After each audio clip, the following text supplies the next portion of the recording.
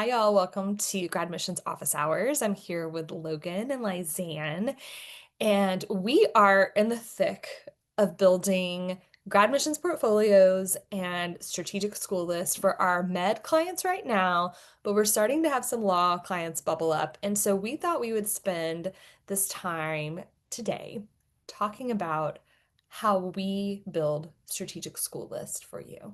It's always a question that we get too is I'm thinking about med school, I'm thinking about law school.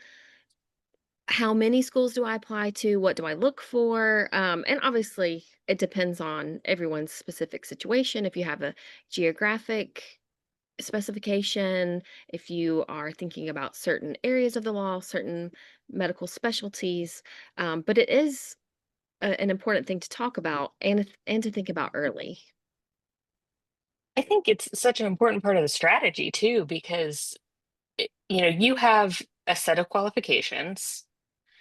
Not that there isn't something to be enhanced, especially by work with Autumn, who is such an incredible writer and so good at editing and, you know, presenting the best version of a student.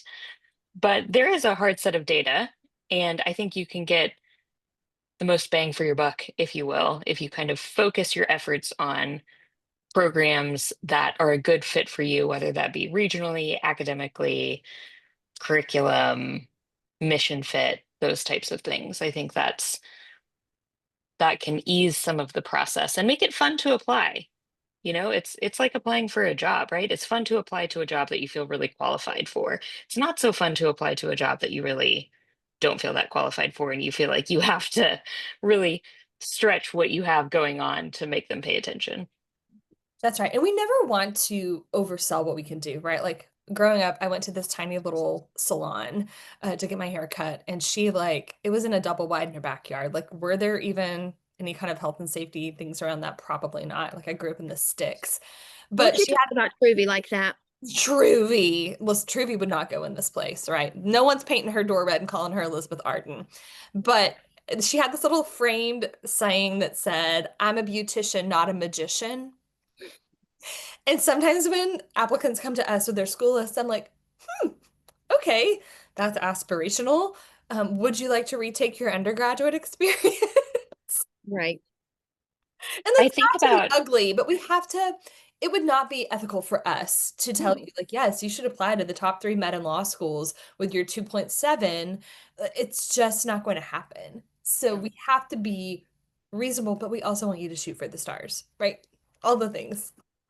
I think about the episode we did a few weeks ago with our LSAT expert, and he was mentioning that, if you're going to focus on something, GPA is really probably the thing to focus on because GPA is forever, right? Mhm. LSAT you could retake, it's fleeting. Once you're in, nobody's asking about your LSAT again, but GPA follows you lots of different places. So if you're at the beginning of this journey, GPA is very important. Starting at the beginning. I mean, your first semester freshman year, that's setting the stage. It's hard to drag it up from a low GPA at the beginning. I know this from my retention work with undergrads. I worked with many a low GPA in the first semester, and it's hard to bring it up from there. Mhm. Yeah. And we that's why we love working with clients even in their freshman year. People are like, "Oh, it's too early for my high school graduate to start working with you." I'm like, "This is a perfect time actually. Not only for that important GPA, but for just thinking about, the courses that you're taking and the clubs that you're in, extracurriculars, all the things, how to structure. Um, and we talk about this a lot that college advisors, it's not their fault, but they only have about an hour per year per student. And so you just don't know what you don't know as a Mhm. student. And you're maybe thinking about law school or thinking about med school. I think it's great to think about it early and think about these considerations so that when you do get to senior year, you're not in panic mode. You're not trying to, repair damage, so to speak. You're just moving progressively towards that goal with in confidence. Yeah. So, Lizanne, you've been working on law lists. I've been working on med lists, and yet we really haven't discussed, do we have a shared strategy on how we build those lists? So I'm excited to hear from you how you build your lists because you're probably doing it in a much more efficient way than I No, am. I'm not. So I will Have you say, not seen her dartboard? She just throws a dart at the wall and hopes for let the me net. give you the lawyer answer that it depends. So To me, I like to build the school list after meeting. I mean, sure, you do this too. I'm going to meet with the client and say, hey, what are your goals and objectives? Because I'm not going to put us, I would never want to live in Arizona and then I put Arizona on your list. That's silly.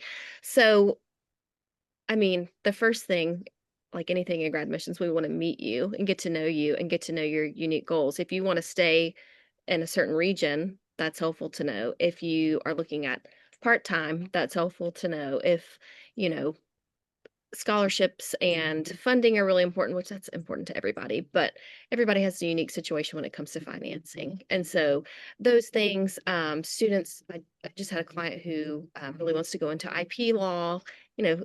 There's no specific, you don't have to pick a specialty as an attorney, but there are students who know exactly what they want to do with their law degree. And so looking at schools that have really in-depth programs in certain areas is important to some students. So that's kind of where I get started, is just kind of with that conversation.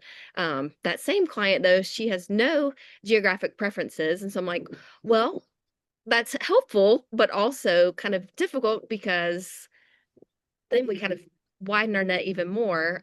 So it just kind of depends on what the student is looking for. Um, and and then once we kind of make that bigger list, then we can kind of look into the important pieces of what the culture of the school is like, and things like that, the cost of living, faculty student ratios, those type of things. So, Medians. oh yeah, absolutely. Yeah. I should have said that to begin. So yes, and again, it depends. So if a student doesn't have an LSAT score yet, we can kind of look and see kind of what range that they're in. But if it's a student who's already taken the LSAT, obviously already has their GPA, then we have a realistic talk about, this is a reach school. This is a high reach school. This is a target school, and this is a safety school. And I like for my school list to have, excuse me, all three. But I'm not going to have a spreadsheet for a student who it's all reach schools, because that's stressful. And like we said, that's not realistic. That's not helpful to that client at all. Yeah, I agree. If you have a student who doesn't have any like regional ties or, any particular region they're trying to either avoid or Mm. apply to, it's like, Yeah. okay, Yeah. how are we gonna Yeah. narrow this down? Yeah. So actually, I think regional fit that's usually my first, Right. cut, for lack of a better term. I also realized as you were talking that I think the doctor equivalent to it depends is it's multifactorial. I think that's the Right. doctor Yeah. equivalent Yeah. of it depends. So I would say for me, region is probably my first Mhm. kind of filter. Filter, that's a better word. I like that word better. Yeah. It's a good word. And then from there, Autumn, we see some students who are very passionate about the mission, right? Like they're very passionate about why it is that they're going to medical school, usually based on previous experience that they've had, maybe with underserved communities or something like that. Um, so if I have a student who's very passionate about the mission, then that's actually kind of my next filter, is I'm looking for schools that are mission aligned with what it is that they're seeking. Um, and then I would actually say my third filter is then more academic, GPA, Mhm. MCAT, median, things like that. And I really try to cast a little bit of a wider net, um, on MSAR, the AAMC resource, that students can have access to. I try to go, if we have an MCAT score, if we have an MCAT range, I actually try to go one above and one below to try to So smart. cast, because that median, you don't have to have that number, right? Nope. It's a median because there's people lower than that and people higher than that. And so we don't want to have such a tight range that we're, not meeting our potential, right? I mean, you somebody's got to be the lowest score to med school. Yeah. Why can't it be Why, you? why can't it be you? Right? I mean, somebody's got the Yeah. lowest score at Harvard. Why can't that be you? That's right. And we do work with a lot of what we call splitters. So I don't know if we've talked about splitters on the podcast before, What but is a splitter? yeah. We It, called them disparate students from the admission side of things. And then I got out here on the student side of things and they're like just calling themselves a splitter. I know that was a new thing for me. I'm like, that doesn't sound right. But a splitter is someone who has really high GPA and a low LSAT or MCAT, or vice versa, where it's a really low GPA but high test scores. And so that's kind of not difficult, but you can't just put it into a formula and pop out a school list because you don't match, not match, but you're not within those medians for both. And so working with which that we could have a whole other conversation about split it, how we work with people who are splitters and things like that. But I think that's important to talk about too when you're looking at your list is, hey, this is how we can kind of, I don't want to say work around, but build your application with your stats being split. That's right. Well, and sometimes there are resources on the med school side and the law school side that will let you plug in your stats and it will Mhm. give you this percentage chance that you have of getting admitted, right? And there's so many errors in Yeah. those. And we use them. I mean, I we have incorporated Lizzie M into our med school list because so many clients kept asking about it. We were like, fine, we'll just throw it in there. But what these and the same they're these exist in the law school side of things too. What they do not factor in are any of the soft elements of your application, the timing of your application, the narratives you're able to spin, the your performance on an interview. Like they don't incorporate any of those things. And so sometimes we meet with people who are in just those applicant strategy calls and they're so dejected because they're like, I only have like a 20% chance of getting into my dream school. I'm like, wait, where'd you get that number? Like, let's talk about that. So how do you all incorporate those kind of concepts into your building? I use it absolutely as the last. I almost use it to like fact check myself, right? Like I will have built a list and then I'll go back and look at the Lizzie M score. So I can put the stats into Lizzie M on Doctor Network and it'll give me the student's Lizzie M score. And then the Lizzie M scores for the school stay the same. And so I will then go check the Lizzie M scores at the end to make sure that I don't have any extreme outliers, that we're all, within 10% of whatever the student's Lizzie M score is, reasonably so. So for me, I'm using it as like a fact check for myself to make sure that I built a reasonable list and I didn't throw anything on there that's just bananas. Right. Right. I look at the medians. So, like we said, the medians are important.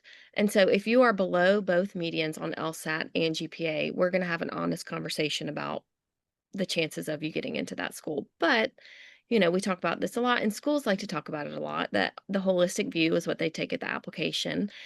Some students hear that and they hear, well, I can get in even with these low stats. I'm here to tell you, no, that's probably not going to happen. But the holistic Or you view, might get in, but you're going to pay full freight. Are you yes, unable to do that? yes, yes. And most students don't want to do that. And so I guess I should say, that's part of the process for that student is thinking, I want to get in to a school of my choice plus something to help the financial burden. So we have an honest conversation about that, but I don't like to view the holistic view as like an excuse for lower median or not meeting the medians. I like to view it more as um, amplifying your application. And so using it to really write an outstanding personal statement, working with us to do that, getting solid letters of rec that aren't, you don't have to have some judge, I mean, judges are, that's great if you know that judge and they can speak to your work ethic and your character, um, things like that. So really bolstering what you already have on paper. And so that to me is the advantage of that holistic view is making your application stand out even more. And so when students are like, well, I haven't met the medians, but they'll take a holistic view. At the end of the day, schools have to meet their quota and they want to keep their rank. They want to keep their scores high. And so I'd never want to discourage a student to applying from that school, but I think it is important to consider that. And again, when building your list, still have it on there. Absolutely shoot for the stars. Let's, maybe retake the LSAT, um, things like that. But also too, let's keep some safeties. Let's keep some true target schools on that list just for your peace of mind. And once again, like Autumn said, we're not, um, We're not magicians, we're beauticians. That's right. Exactly. With my hair all on my face. One thing that kind of came up in my mind as you were talking about that is the timing of these applications. Yeah. We're starting to meet with a fresh crop of med and law school hopefuls, and so many of these application strategy calls kick off with, well, the deadline is November 1st.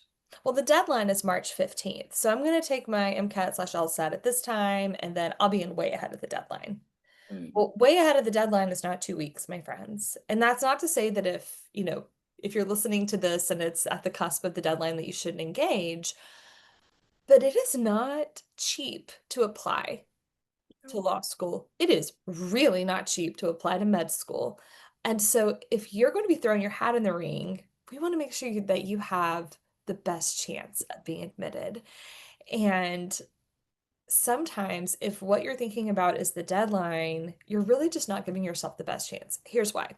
In the law school side of things, there are many more seats in the class and scholarship dollars available in the fall than in the Yeah. spring. And we saw that play out like almost in a caricature kind of form this cycle when it was, apps were up 19.5%.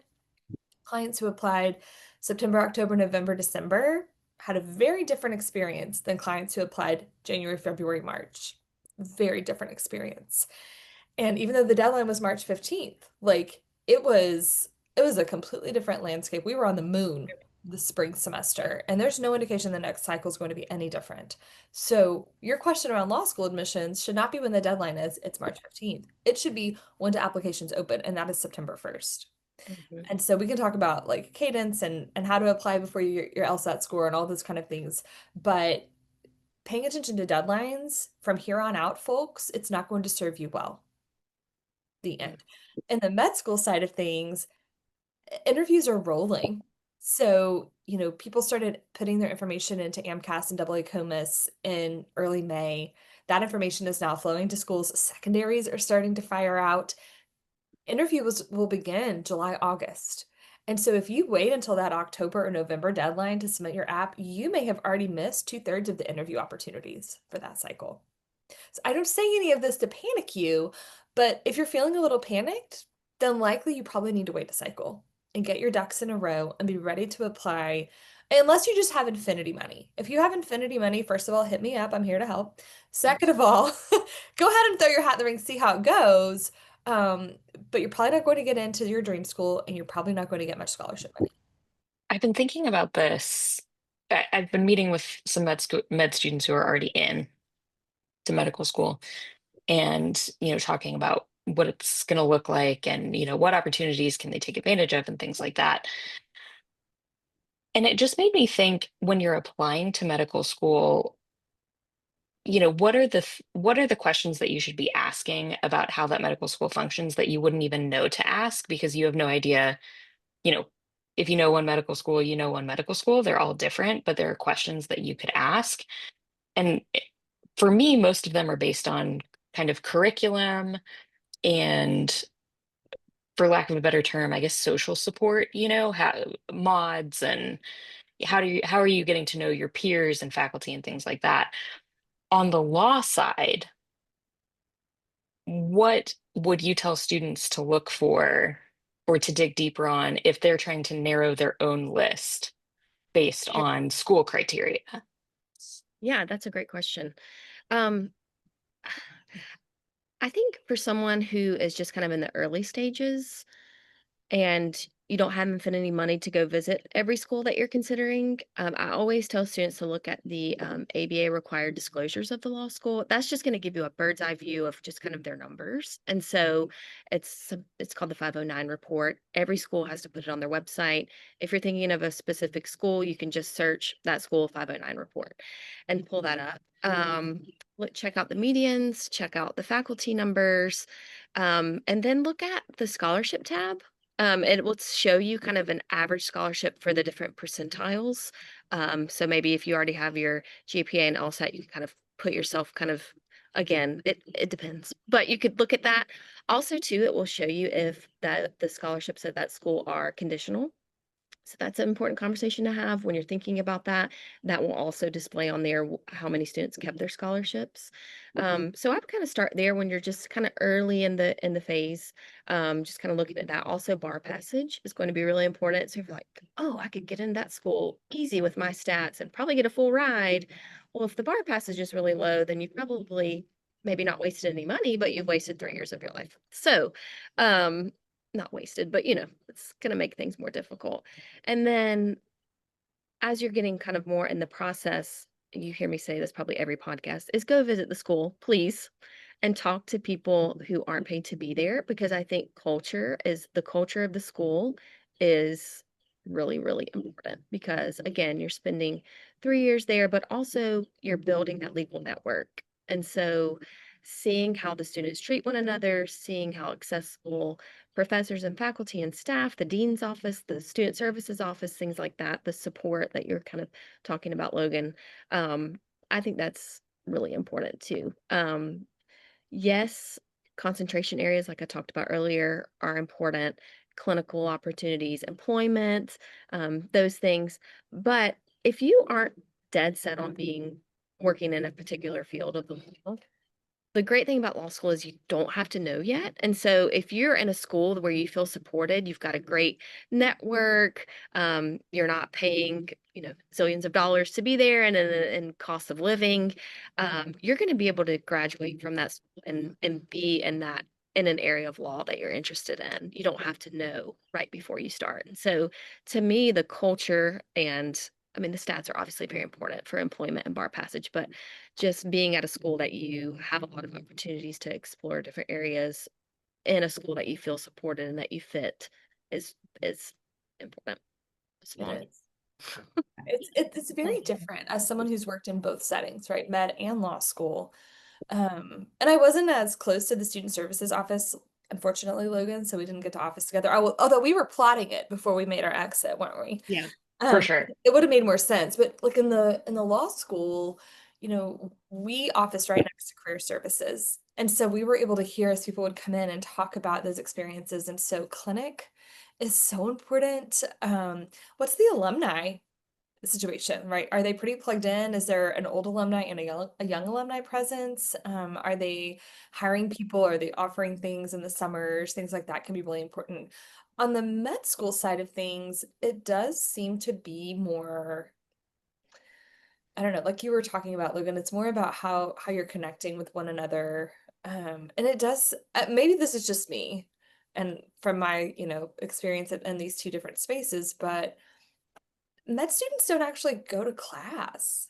Listen. Explain this to me like I'm five.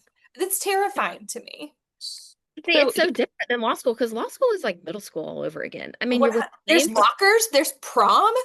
yeah, there's lockers, there's prom, you're with the same section all day, every day. I mean, everybody's, can be grumpy and just, it's I don't know. It's like stepping back in time a little bit, and it can be a little frustrating to people because it's like you were an adult and you were graduating undergrad and you're expecting all this autonomy, and then you And go now like there's a bell telling you when you could stand up. literally a school bell. So, anyways, sorry, I didn't mean to interrupt, but it sound when you said that, I was like, wait, what? Wait, what? Law that's school so classes are like where you are interesting. all day, every day. It's a 9 to 5. It makes me wonder if there's like a philosophical conversation there about the professions, because honestly, med schools are constantly reinventing themselves. I mean, constantly, every 10 years. How's that? Every decade, they're reinventing, how they're educating students. And I wonder if that's because medicine is changing all the time. And not that law isn't changing, But it's but really not, right? Like yeah, we right. The lawyers things the are way we like to do them, like we always have done them, and we're going to do it that way. see the Constitution, buddy. You know what I mean?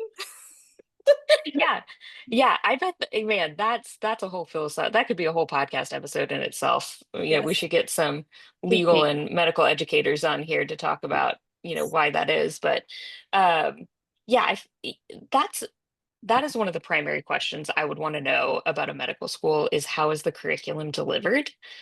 I think most medical schools at this point have moved away from a traditional curriculum and even test blocks.